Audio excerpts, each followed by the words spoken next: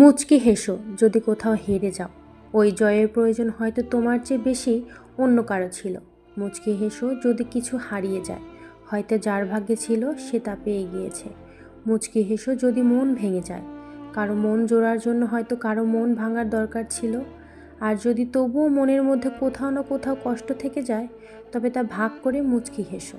আর যদি মনে বেশি অনেক আনন্দ থাকে, তবে সেই আনন্দও সবার সাথে ভাগ করে নাও। মুচকি হাসো যদি মাথার উপরে একটা ছাদ থাকে, গায়ে কাপড় থাকে, থালায় খাবার থাকে। কতজনের তো সেটাও থাকে না। যদি প্রয়োজনের চেয়ে বেশি থাকে, তবে সেটা বিলিয়ে দাও।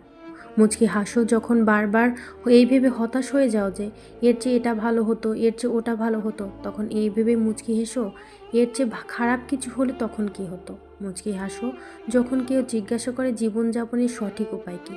এই বলে মুচকি হাসো যে আমরা জীবন থেকে শুধু মুচকি হাসতেই শিখেছি।